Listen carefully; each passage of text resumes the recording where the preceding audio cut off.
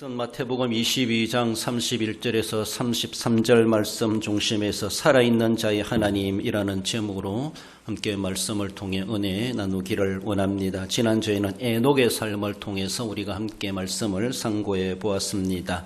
에녹은 어쩌면 이 세상에 우리와 똑같은 인간으로 태어나 살고 아들, 딸 놓고 살다가 하나님과 동행하다가 하나님이 그를 죽음을 보지 않고 하늘로 데려가셨다. 그런 말씀 우리가 함께 살펴보았습니다.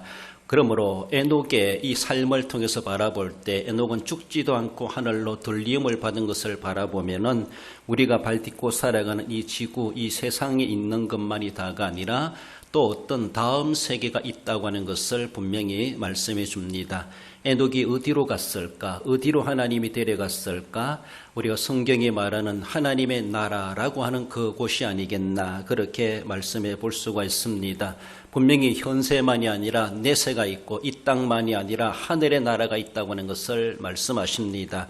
성경이 말씀해 주는 것처럼 천국이란 단어로 말해 볼 수가 있고, 그럼 우리가 이 땅에 살다가 죽는 것이 일반이고 이치이지만은 그런 하나님께서는 우리의 생사를 주관하심으로 어떨 때는 죽음을 보지 않고도 그 나라로 우리를 옮겨가게 하실 수가 있는 주권자 하나님이심을 보여주십니다. 모든 사람이 태어나 살다가 죽는 것은 정하신 이치라고 하는 것, 그러나 죽는다 할지라도 분명히 성경은 하나님은 우리에게 말씀하시기를 죽음으로 끝나는 우리의 소멸되는 인생이 아니라 다시 부활하게 될 것이고 하나님이 예비하신 그 나라에 들어가게 될 것을 말씀하십니다. 그러므로 믿는 자에게는 영생 얻는 천국에 들어가지만 불신자에게는 영벌을 받는 지옥에 들어가게 될 것을 성경은 극단적으로도 말씀해 주십니다.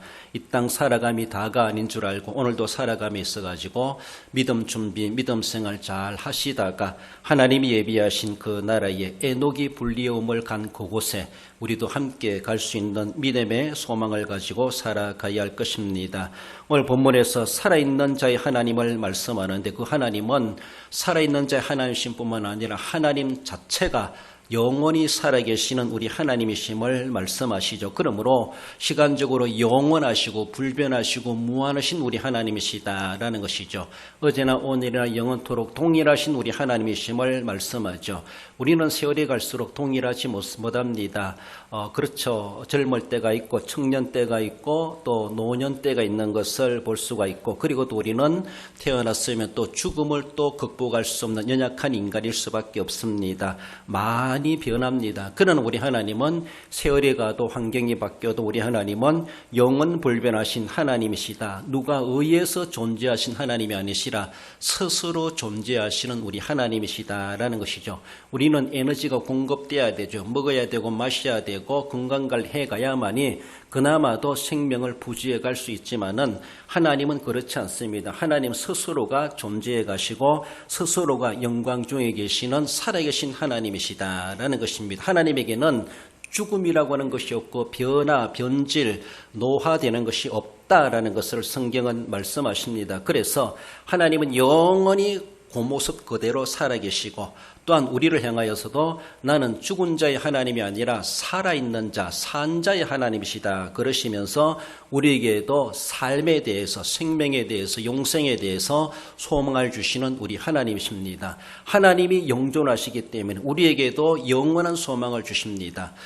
영원하지 못한 자가 누구에게 영원의 복을 주고 영원을 소망하라고 말할 수 있겠습니까? 세상에 그 어떤 종교의 교주랄지라도 어떤 누구랄지라도 영웅이랄지라도 그들은 다 살다가 가버린 존재들입니다. 또 다 가게 될 것입니다. 그러므로 그들은 우리 영원한 우리가 섬겨야 될 신봉의 대상이 될 수가 없다고 하는 것을 보여주죠. 오직 하나님만이 영원토록 어제나 오늘이나 내일이나 영원토록 변함이 없으신 우리 하나님이시기 때문에 하나님이 또한 우리에게 소망을 주시는 것은 하나님만큼 안 된다 할지라도 우리도 영생할 수 있는 그 복을 은혜를 우리에게 베푸시는 하나님, 그 복을 우리에게 주셨다는 것을 말씀하고 있습니다.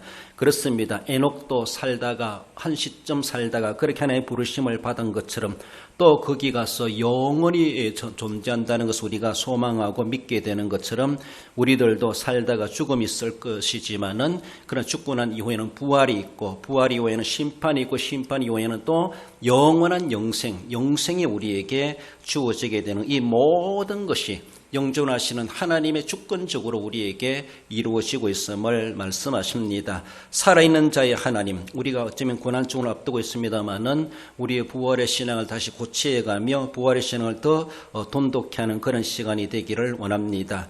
살아있는 자의 하나님은 먼저는 본문에서 아브라함의 하나님이심을 말씀하죠. 32절에 나는 아브라함의 하나님이요 이삭의 하나님이요 야곱의 하나님이로라 말씀하십니다. 하나님의 언약의 백성들에게 하나님께서 당신 자신을 소개하는 하나의 정형이 뭔가 하면은 나는 아브라함의 하나님, 이삭의 하나님, 야곱의 하나님이다 그렇게 말씀하십니다. 여러분들이 어디 가서 자신을 소개할 때 자기를 소개할 만한 내용들이 있죠. 저는 김천에서 왔습니다. 저는 교회에서 이런 직분을 갖고 있습니다. 제 이름은 무엇입니다. 뭐 이렇게 자기에 대해서 그렇게 정체성에 대해서 그렇게 소개할 수가 있습니다. 하나님께서 이스라엘 백성들 아브라함과 이삭과 야곱의 후손들에게 그들에게 하나님 당신 자신을 소개하는 그 방식이 무엇인가 하면은 아브라함의 하나님, 이삭의 하나님, 야곱의 하나님이다. 이걸 아주 자주 그렇게 말씀하시고 하나님을 나타내심에 대해서 하나님을 그의 백성들에게 당신이 스스로 소개하시면서 나타내시는 계시하시는 그런 모습이 아브라함, 이삭, 야곱의 하나님이다 그렇게 말씀하시는 것입니다. 그렇습니다. 이스라엘 백성들의 3대 족장이라고 하면 아브라함과 이삭과 야곱이죠. 그렇습니다. 역사적인 그들은 인물이었고 당시 하나님의 부름을 받아서 아브라함은 아브라함대로 이삭은 이삭대로 야곱은 야곱대로 이 땅에 태어나서 그들은 한때의 그들의 시대에 하나님 앞에 귀중하게 들어쓰임받은 인물들입니다. 아브라함에게도 어쩌면 이삭 말고 다른 아들이 있음에도 불구하고 하나님은 아브라함의 계통을 이어갈 자는 이삭이다라고 하나님이 정해 주셨습니다. 그래서 아브라함의 혈통적 계보를 이어갈 자가 이삭으로 그렇게 선별되게 되었던 것을 보죠. 이삭에게도 두 아들이 있었죠. 에서와 야곱이 있었지만 하나님께서는 에서가 아니라 야곱이다라고 하시면서 그 혈통의 언약의 물줄기가 어디로 누구를 통해서 흘러가야 될 것인가 하나님께서 그렇게 지목해 주셨습니다. 그래서 어쩌면 이삭도 에서 아니라 야곱을 자신의 후계자로 삼고 하나님의 언약의 계보를 이어가게 했던 것을 볼 수가 있죠. 야곱이 변화해서 이스라엘 이름으로 바뀌게 되죠. 이 이스라엘 야곱에게는 12아들들이 있었고 12아들들을 통해서 12지파를 이루게 하셨으며 그래서 그 12명의 아들들을 통하여서 자손이 번성해 가가지고 그들로 하여금 이스라엘 나라라고 하는 민족을 하나님은 이루게 하셨다라는 것입니다. 그렇습니다. 할아버지, 아버지, 자기 어쩌면 야곱은 그런 관계 속에서 대를 흘러서 하나님 앞에 부름받은 자로서 그래서 이스라엘의 3대 족장이다 말할 수 있고 이스라엘의 조상이다 이렇게 아브람과 이삭과 야곱을 말하게 됩니다. 이스라엘 백성들은 자신의 조상들이 아브람과 이삭과 야곱이라는 것을 상당한 자부심을 가지고 있습니다. 뿐만 아니라 내가 또 그들의 내가 후손이다라고 하는 것에 대해서 상당한 자부심을 가지고 그 혈통적 자부심 그 자체가 자기들은 저절로 구원받는 데에 대해서 보장이 이루어진 것으로까지 그들은 여겼다라고 그렇게 보기도 합니다. 그만큼 나는 아브라함의 자손이다. 우리 조상은 아브라함과 이삭과 야곱이다라고 하며 그 후손이라는 그 기득권 때문에 자기들은 하나님 앞에 구원받을 대상이라고 그렇게 여겨왔던 그래서 구원도 보장받는다는 것이므로 그렇게 인정해왔던 유대인들이었다고 하는 것을 볼 수 있죠. 그만큼 그 후손들은 그 조상을 뒀다는 것에서 내가 그 조상의 후손이라는 것에 대해 상당한 자부심을 가지고 있죠. 그렇지 않습니까? 여러분들도 내가 서씨 집안에 태어났고 김씨 집안에 태어났고 우리 조상에는 몇 대의 어떤 어른들이 있었고 자랑할 만한 참 많겠지만은 그렇습니다. 그러나 어떻게 보면 또 살다 보면 그 가운데 우리 조상들 중에도 이름 거명하고 싶지 않은 그런 부끄러운 조상들도 있지 않겠는가라고 볼 수 있습니다. 그렇지만 어쩌면 이스라엘 백성들은 그런 허물과 많은 그런 민족이기도 하지만은 그래도 그들이 내세우는 것은 아브라함과 이삭과 야곱이 있다 라는 것에 대해서 내가 이래봬도 그 조상을 두고 있는 후손이다라는 것에 상당한 자부심을 가졌고 선민의식을 가지고 하나님께 특별한 은혜를 받은 민족으로서 그들은 그만한 민족적인 정체성을 가졌고 자부심을 가지고 섬겨왔던 것을 봅니다. 너무 그것이 강하다 보니까 이 민족에 대해서 배타의식을 가지고 자신들의 교만기가 높여져가는 그런 모습도 없잖아 있었다라는 것을 볼 수가 있죠. 아브라함은 선민의 조상이었지만 그는 기록으로 바라볼 때 175세를 살고 죽었다 그렇게 말합니다. 그의 아들 이삭도 180세를 살고 죽었다 말씀하고 이삭의 아들 야곱도 147세를 향수하고 하나님의 부름을 받았다라는 것입니다. 한마디로 아브라함과 이삭과 야곱을 그렇게 내세우지만 그도 한때에 태어나서 살아가다가 죽고 이 세상은 이제는 없다라는 것입니다. 그도 죽었다라는 것입니다. 이제는 만날 수가 없고 찾아볼 수가 없고 이 세상에서는 그 이름을 가지고 있을지 모르지만 그를 우리는 정말로 만날 수가 없는 그런 앞서간 조상에 불과하다라고 말을 할 수가 있습니다. 사람들이 왜 이렇게 죽습니까? 그렇게 선민이다라 말했던 조상 아브라함 왜 죽습니까? 그도 하나님 앞에 하나의 죄인일 수밖에 없다는 것이죠. 모든 사람이 죄를 범하였음에 하나님 영광에 이르지 못하고 죄액사선 사망이다라고 말씀하시는 것처럼 우리가 죽는다는 이 죽음이 도래되는 것은 죄의 결과입니다. 죄인이기 때문에 다 죽는다는 것이죠. 그렇습니다.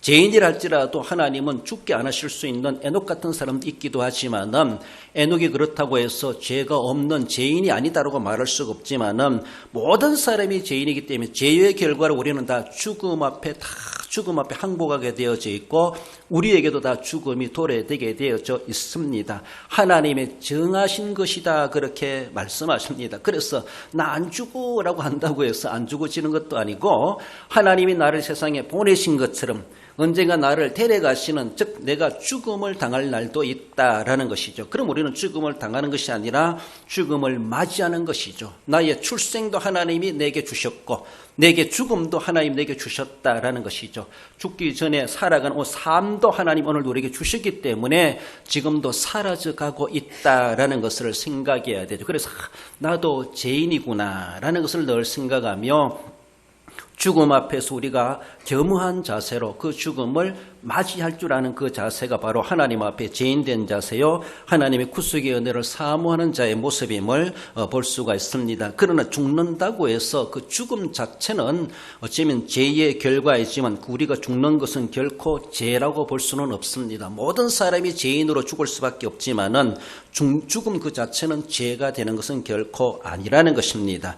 그러므로 모든 사람들이 이 세상에 왔다가 다 없어지고 사라져 가지만은 하나님께서는 그의 후손들에게 하나님 자신을 소개하면서 나는 아브라함과 이삭과 야곱의 하나님이다 그렇게 말씀하십니다. 오늘 본문의 말씀은 마태복음 22장 예수님께서 인용하시는 말씀이십니다. 그 옛날 하나님께서도 여호와 하나님께서도 모세에게 이렇게 말씀하셨고 예수님께서도 이 말씀을 인용하셔가지고 제자들에게 사람들에게 하나님에 대해서 부활에 대해서 그렇게 가르치시는 내용의 대목이 오늘 본문의 말씀입니다. 그 옛날 하나님께서 모세에게도 자신을 소개하면서 아브라함과 이삭과 야곱의 하나님 너희 조상의 하나님이다라고 말씀하셨을 때 뿐만 아니라 오늘 본문에 예수님께서 그 말씀을 인용하시면서 하시는 것들을 말해볼 때 문법적으로 현재 시제다 그렇게 말하고 있습니다. 옛날에 아브라함의 하나님이었다 그런 것이 아니라는 것이죠. 지금의 아브라함과 이삭과 야곱의 하나님이다 그렇게 말씀하십니다. 하나님의 말씀에 쓰시는 문법적인 내용에서 바라보면 아브라함이 지금 살아있는 것처럼 바로 살아있는 너의 하나님이다 이렇게 말씀하시는 것처럼 하나님은 그렇게 시제를 쓰신다는 것이죠. 예수님도 그 말씀을 인용하시면서 과거 시제로 말씀하시는 것이 아니라 현재 시제로 말씀하신다는 겁니다. 아브라함 이미 수천 년 전에 살다가 죽어 가버렸는데도 불구하고 예수님께서는 지금 살아있는 아브라함처럼, 살아있는 이삭처럼, 살아있는 야곱처럼 나는 그들의 하나님이다 이렇게 소개하고 계시다는 것이죠. 그렇습니다. 아브라함이 죽지 않았습니까? 말씀드린 것은 175세에 죽었습니다. 이삭도 180세에 죽었습니다. 야곱도 147세에 살다가 죽었습니다. 함에도 불구하고 하나님께서도 그러하고 예수님께서도 그 말씀을 인용하시면서 현재 시제로 그것을 말씀하시는 것은 그들은 죽었다. 그래, 죽은 것이 확실하다. 그러나 그들은 살아있다. 이 말씀을 거기에서 우리에게 내포해 주고 계시다라는 것입니다. 그러므로 우리가 살다가 죽으면 다 소멸되어 버리고 이제는 모든 것이 끝장난다. 한 줌의 흙으로 돌아가고 한 줌의 재로 돌아가고 이제는 우리는 다 끝난다. 그렇습니다. 육신은 그러게 될지 모르지만은 불멸의 존재로 창조된 우리의 영혼은 그렇지 않다라는 것이죠. 사도 바울의 말씀을 통해서 인정해 보면 우리의 그렇게 사라진 우리 육체라 할지라도 예수님 재림하실 때에 모두가 다 주님이 오시는 것을 듣게 될 것이고 모두가 다 무덤에 다시 일어나게 될 것이다 라고 하는 것을 말씀하며 변화된 육체로서 우리의 영혼과 결합되어서 하나님의 나라에 들어가게 될 것을 그렇게 논리적으로 말해 볼 수가 있습니다. 그렇습니다. 지금은 죽어 사라져 없는 것 같지만은 하나님께서 즉 예수님께서도 그들은 죽었지만 살아있다. 그 영혼이 하늘에 살아있다라고 하는 것을 그렇게 암시해 주고 있다라는 것입니다. 그러므로 우리는 삶에서 살다가 죽으면 끝나는 인생이 아니라 우리는 분명히 다음 세계가 있고 죽지 않는 영생할 수 있는 은혜를 우리가 하나님의 은혜로 누리고 있다라는 것을 말씀하고 있습니다. 우리도 언젠간 아브라함과 이삭과 야곱처럼 살다가 몇 살을 살든지 살다가 다 끝날 것입니다. 세상에서는 없어질 것입니다. 수백 년 후에 우리 후손들이 우리 할머니 할아버지 그렇게 살다 가셨다 그저 기억할 뿐이라는 것이죠. 그러하지만은 우리는 육신적으로는 그렇게 끝날지 모르지만은 우리 영혼은 하나님의 나라에서 불멸의 존재로 하나님의 나라에 영생하게 될 것을 그렇게 말씀하십니다. 그렇습니다. 아브라함과 이삭과 야곱에 대해서 더 이상 그들은 죽은 자가 아니다라고 그렇게 예수님이 표현하고 말씀하시는 것입니다. 육체는 썩어서 흙이 된 지 오래됐다 할지라도 그러나 실제적으로 예수님 또한 하나님께서도 말씀하시는 것은 나는 살아있는 아브라함, 살아있는 이삭, 살아있는 야곱의 하나님이다. 그리고 나도 살아있는 하나님이다. 산 자의 하나님, 살아있는 자의 하나님이시다라고 말씀하시죠. 아브라함도 살았고 이삭도 살았고 야곱도 살았다. 그러면 그들의 생사를 주관하시는 하나님은 여전히 살아계신 하나님이시죠. 세월이 가고 세대가 바뀌고 사람이 바뀌고 문화가 바뀐다 할지라도 사람들의 지식 수준이 바뀐다 할지라도 하나님은 여전히 동일하십니다. 하나님이 이러한 순리와 논리와 하나님의 주권은 결코 변하지 아니하고 오늘 이 시대 우리들에게도 동일하게 적용되는 하나님의 생명의 원리라는 것을 말씀하십니다. 그렇습니다. 언젠가 우리도 죽을 날이 있겠지만 그러나 죽음으로 끝나는 것이 아니라 죽음은 당연히 우리에게 주어지는 한 과정에 불과한 것이고 죽음 저편에 또한 하나님의 나라가 예비되고 있고 영생할 수 있는 그 생명이 우리에게도 계속 이어지게 된다는 것을 말씀하십니다. 지상의 육체의 생명과 부활의 영생은 영존하시는 하나님이 의해서 존재하고 있다는 것. 우리가 지금도 육체를 입고 이 땅에서 먹고 마시고 살아가는 우리 육신의 생명도 하나님이 의해서 우리가 지금도 유지되고 있습니다. 그렇습니다. 이것이 지상의 생명이죠. 지상의 생명. 그 천상의 생명이 무엇입니까? 천상의 생명은 우리가 죽었지만은 부활하게 될 것이고 하나님 앞에 서게 될 것이고 하나님 예비하신 영원한 나라에 거기에서 우리가 영존하게 될 것에 대해서 말씀하고 있습니다. 그렇습니다. 그래서 어떤 사람은 그렇게 세 가지 이야기하죠. 우리는 세 가지의 세계를 살아가고 있다.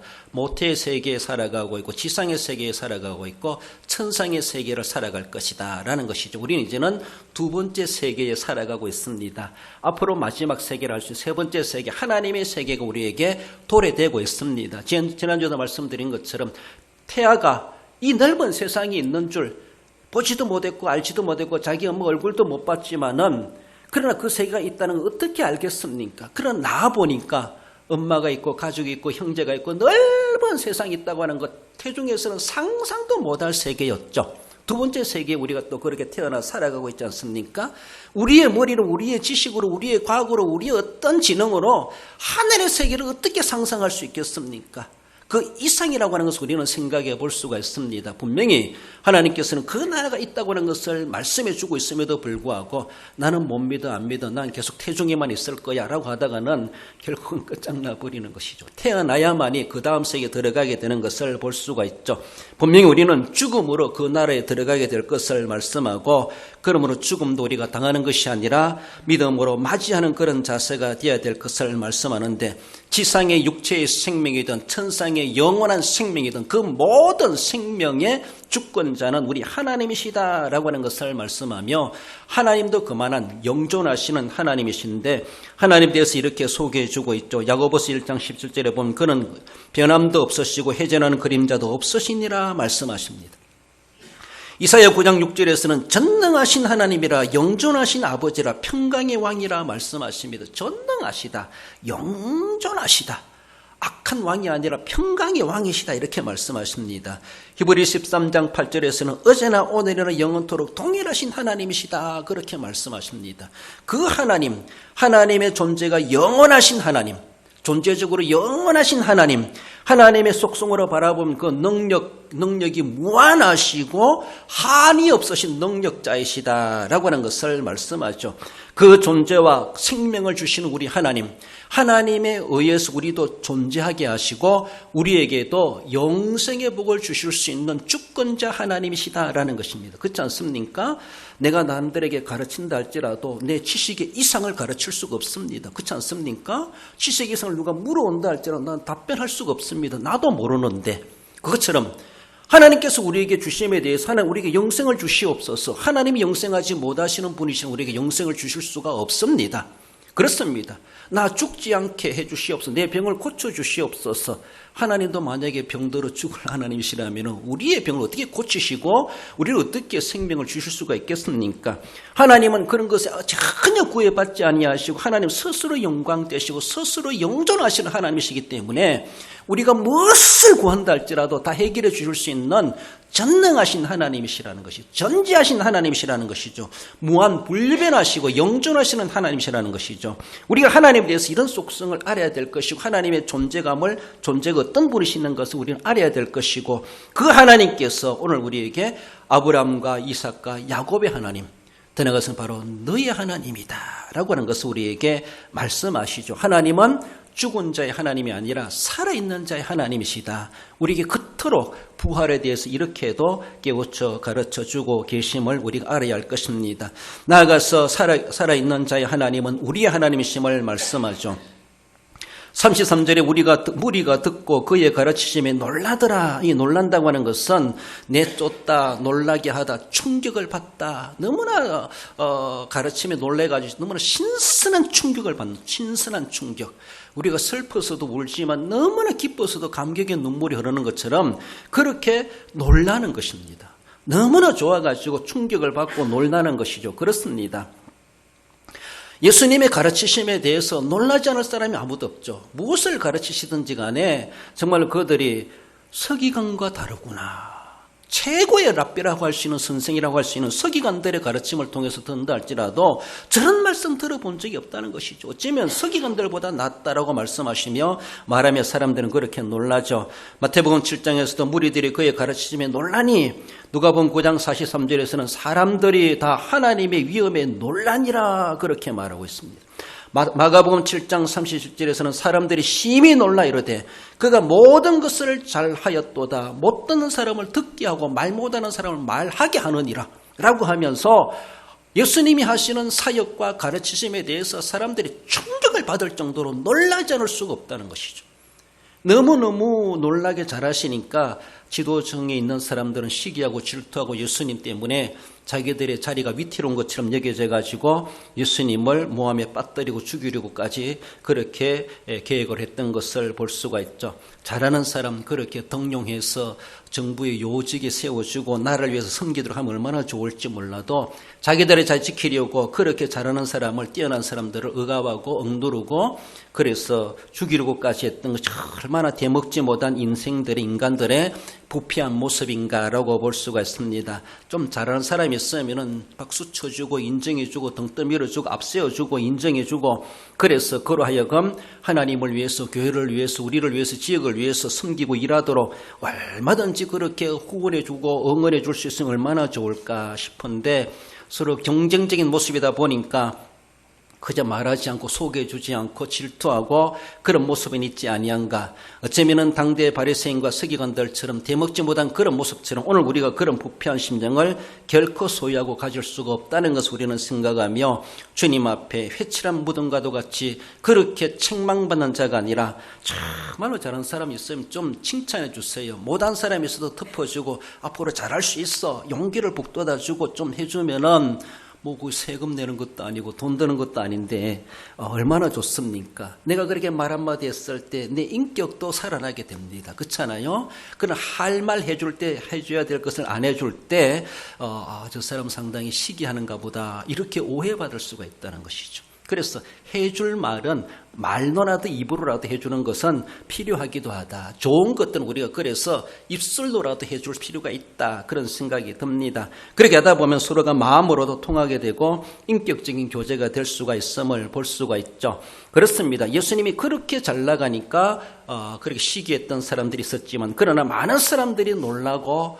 많은 평민들, 서민들은 예수님을 추종하고 따라다니고 그 가르치심을 듣기 위해서 자꾸 모여들고 그렇게 했던 것을 볼 수가 있죠.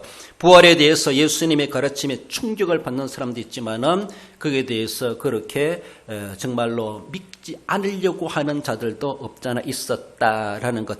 이 세상은 다 그렇습니다. 이런 사람도 있고 저런 사람도 있고 공존에 살아가고 있기 때문에 내 뜻에 맞지 않는 사람이라고 그렇게 우리가 내칠 필요도 없고 또 그렇게 미워할 필요도 없다. 그렇게 보여집니다. 아무튼 믿는 사람에게는 소망이 있게 되고 믿음으로 그 능력의 은혜를 덧입게 된 사실을 말씀하고 있습니다. 그렇습니다.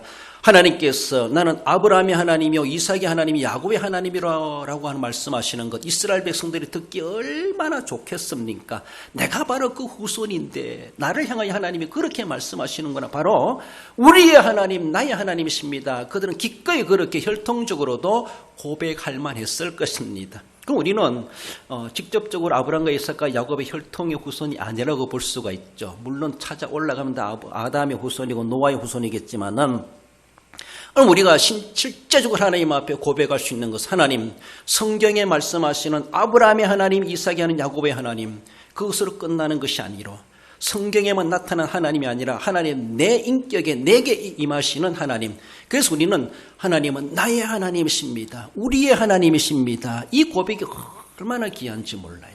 우리는 아브라함의 하나님을 믿는 것이 아니에요. 나의 하나님을 믿어야 되는 거예요.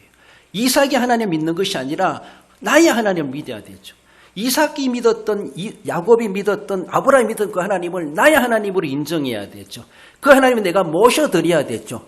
그러니까 아브라함의 하나님, 이삭의 하나님, 야곱의 하나님 그리고 나의 하나님이십니다. 이렇게 우리는 곁들여 고백할 수 있다고 하는 것은 정말 성경적인 고백이고 이 고백이 우리에게 분명하게 있을 수 있어야 된다는 것이라는 것이죠. 살아있는 자의 하나님도 살아계시기 때문에 오늘도 하나님은 살아있는 자의 하나님이다 말씀하십니다. 내가 오늘 살아있습니까? 육신적으로 살아있습니다. 그러면 나의 하나님을 우리는 고백할 수 있어야 됩니다. 육신이 아니라 믿음으로 영적으로 내가 살아있습니까? 그럼 나의 그 하나님은 나의 하나님이십니다. 우리는 그렇게 고백할 수 있습니다. 내가 죽었으면 그 말도 못합니다. 내 영이 죽었으면 그 말도 못하게 됩니다. 그렇습니다. 이삭도 야곱도 아브라함도 죽었지만 하나님은 오늘도 살아있다 그들이 이렇게 말씀하시는 것처럼 그리고 나도 살아있다 이렇게 말씀하시면서 산자의 살아계신 하나님이심을 말씀하고 있죠. 오늘도 우리에게 나는 너희 하나님이 되고 싶다라고 말씀하시고 우리에게 지금도 생명을 주고 계시고 우리 영적인 생명의 에너지도 공급해 주고 계시는 우리 하나님이시죠. 그렇습니다. 하늘에 계신 하나님은 나의 하나님이십니다. 나의 하나님, 나의 주님이십니다. 이 고백이 우리에게 반드시 있어야 된다라는 것입니다. 한번 따라서 해봅시다. 살아있는 자의 하나님은 나의 하나님이십니다. 아브라함, 이삭, 야곱의 하나님은 나의 하나님이십니다. 하늘에 계신 아버지는 나의 아버지이십니다. 하늘에 계신 하나님은 나의 주님이십니다. 그렇습니다. 하늘에 계신 아버지여, 하늘에 계신 우리 아버지여 라고 하기보다 하나님, 하늘에 계신 나의 아버지여, 우리는 그렇게도 기도할 필요가 있습니다. 그렇습니다. 그 하나님은 남의 하나님이 아니에요.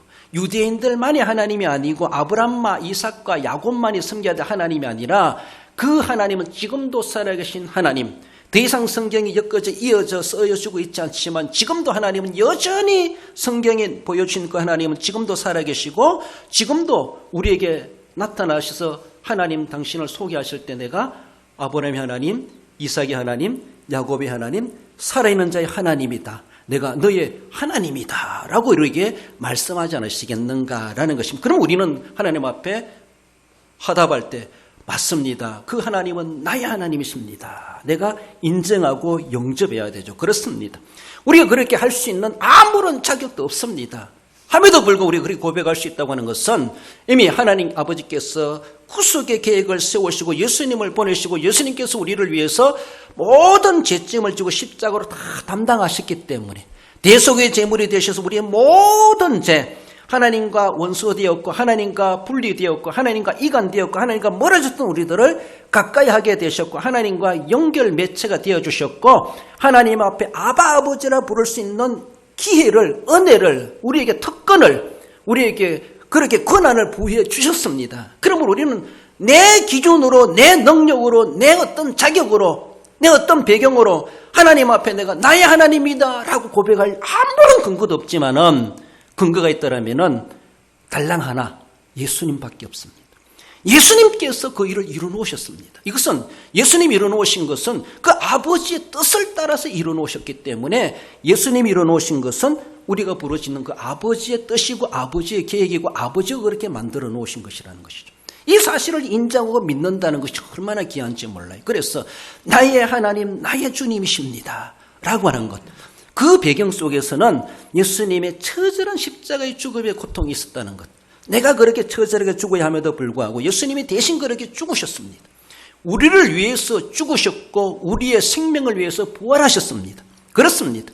죽음으로 끝나실 구세주 예수님이 아니시라 우리의 생명을 주시기 위해서 또한 우리에게 부활하셨다. 그렇게 고백할 수 있습니다. 우리의 죽음을 위해서 죽어주셨고 우리의 생명을 위해서 살아주셨습니다.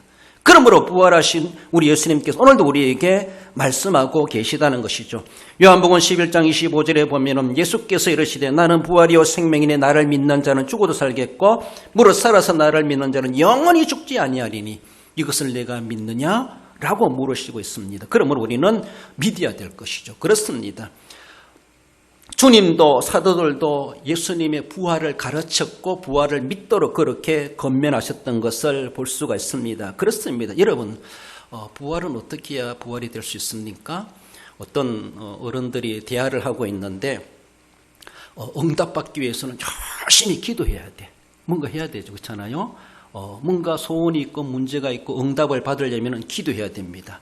그리고 천국 가기 위해서는 돈으로도 안 돼요, 힘으로도 안 돼요, 무엇으로도 안 돼요, 지식으로도 안 돼요. 믿어야 돼. 믿어야만이 구원받고 천국의 영생을 얻을 수가 있어. 천국에 가서 면류관을 받기 위해서는 뭐 해야 됩니까? 하늘에 상을 받기 위해서 뭐 해야 돼요? 충성해야 돼. 한마디로 충성해야 되죠. 열심히 하나님 앞에 또 하나님 맡기신 사명에 충성해야 됩니다. 신명기 28장 배경으로 바라볼 때 5만 가지 복을 받기 위해서는 어떻게 해야 돼요? 하나님의 윤리와 법도를 지켜야 돼요. 그렇습니다. 그러면은 개인이 지키면 개인이 복을 받고 가정이 복을 지키면은 가정이 나가도 들어도 복을 받고 나라와 민족이 그렇게 지키면은 세계의 뛰어난 민족이 되게 하시겠다. 그 복을 하나님은 약속하셨습니다. 그렇습니다. 그렇게 복을 받으려면은 하나님의 말씀을 순종하고 계명을 지키는 자, 그에게 하나님은 개인이든 가정이든 국가 민족 단위랄지라도 하나님은 더라도 나가도 복을 주시겠다고 그렇게 말씀하고 있습니다. 그래서 어른들이 막 응답받는 기도해야 되고 천국 가려면은 예수님 믿어야 돼. 하늘에 가서 면류관을 받으려면은 충성해야 돼. 죽도록 충성하면 생명의 면류관 준다 그랬어. 복을 받으려면은 하나님 말씀의 율례와 법도를 철저하게 지켜야 돼. 그러면 하나님이 복을 주신다 그랬어. 어른들이 이야기하면 그러면 부활하려면 어떻게 해야 되지? 부활하기 위해서 뭐 해야 됩니까? 예, 죽어야 됩니다. 그걸 듣고 또 어른들이 뭐 해야 되지? 서로가 고민을 하고 있을 때 조그만 애가 죽어야 돼요. 이렇게 죽어요. 자기는 주일학교에서 배웠다는 거예요. 죽은 자가 부활한다는 거예요. 죽어야 됩니다. 부활하기 위해서는 죽어야 됩니다. 그렇습니다. 실제로 우리는 죽음을 맞이했을 때 우리에게 부활이 있습니다. 물론 악한 자랄지라도 부활하지만 그는 심판의 부활로 부활한다 그랬어요. 그렇습니다. 우리는 심판받기 위해서 부활하는 자가 아니라 생명의 부활로 그렇게 나올 것이다 라고 말씀하시는 것처럼 죽어야 부활합니다. 그렇습니다. 오늘 내 자신을 죽이고 나를 그렇게 주님을 위해서 희생해 갈 때 결코 우리를 그렇게 사라지게 하실 하나님이 결코 아니시라는 것이죠. 그렇습니다. 내가 죽어졌을 때, 실제로 내가 죽음을 맞이했을 때, 내가 죽음으로 충성해 갔을 때 하나님은 어쩌면 더 나은 부활을 우리에게도 약속하고 계시다라는 것을 기억하십시다. 우리 요한복음 5장 27절 읽어봅시다. 29절까지 또 인자됨으로 말미암아 심판하는 권한을 주셨느니라. 이를 놀랍게 여기지 말라. 무덤 속에 있는 자가 다 그의 음성을 들을 때가 오나니 선한 일을 행한 자는 생명의 부활로 악한 일을 행한 자는 심판의 부활로 나오리라. 할렐루야. 그렇습니다. 예수님께는 심판의 권한도 주어졌습니다. 그래서 언젠가는 주님이 재림하시는 그때에 무덤 속에 있는 자가 다 그 음성을 들을 때가 오나니 듣게 될 것이고 일어나게 될 것이고 모든 사자를 할지라도 죽은 자들 할지라도 재림하시는 주님 앞에 다 정립하게 될 것이고 그리고 생명의 부활이든 심판의 부활이든 둘 중에 하나를 맞이하게 될 것이다 라고 하는 것을 말씀하고 있습니다. 하나님은 죽은 자의 하나님이 아니라 살아있는 하나님을, 살아계신 자의 하나님을 우리에게 말씀하시고 진정으로 살아있는 하나님이심을 기억하시며 부활의 믿음을 가지고 어떤 어려운 가운데서도 내가 죽어졌을 때 나를 살려주시는 부활의 주권자 하나님이 계시다는 것을 믿고 믿음으로 우리가 살아가야 할 것입니다. 말씀을 맺습니다. 우리 성도 여러분, 죽었지만 살아있는 아브라함의 하나님이심을 말씀합니다. 그는 죽었습니다. 그러나 하나님은 그는 죽은 자가 아니라 거기에 살아있다. 그렇게 의미를 말씀해 주고 계시고 우리도 마찬가지로 죽겠지만은 너도 그렇게 살 것이다. 이렇게 소망을 주십니다. 무한불변 동일하신 하나님을 기억하며 하나님의 능력과 하나님의 행하시는 모든 일과 하나님의 존재에 대해서 우리는 불신할 필요 없이 정말로 확신을 가지고 무한불변 동일하신 하나님을 믿고 하나님을 의지해 가야 할 것입니다. 부활을 믿는 신자의 하나님심을 기억하며 부활을 못 믿는 자에게는 정말로 부활의 소망도 없겠지만 믿는 자의 하나님심을 기억하며 부활을 믿는 자가 살아있는 자이다라는 것을 기억하며 살아있는 자로서 살아계신 하나님을 믿고 부활의 소망을 가지고 살아가야 할 것입니다. 모든 만민들이 생명의 부활 얻기를 원하시는 하나님심을 알고 나만이 믿고 살아갈 것이 아니라 다른 사람들에게도 주님도 사도들도 부활을 가르쳤던 것처럼 우리가 가르치고 전하고 모든 사람들이 새 생명을 얻어서 하나님 나라를 소망하며 살아갈 수 있도록 진정한 부활의 믿음의 사람으로서 그 사명을 감당해 가시는 우리 모든 성도 여러분들 되시기를 주님의 이름으로 축원드립니다.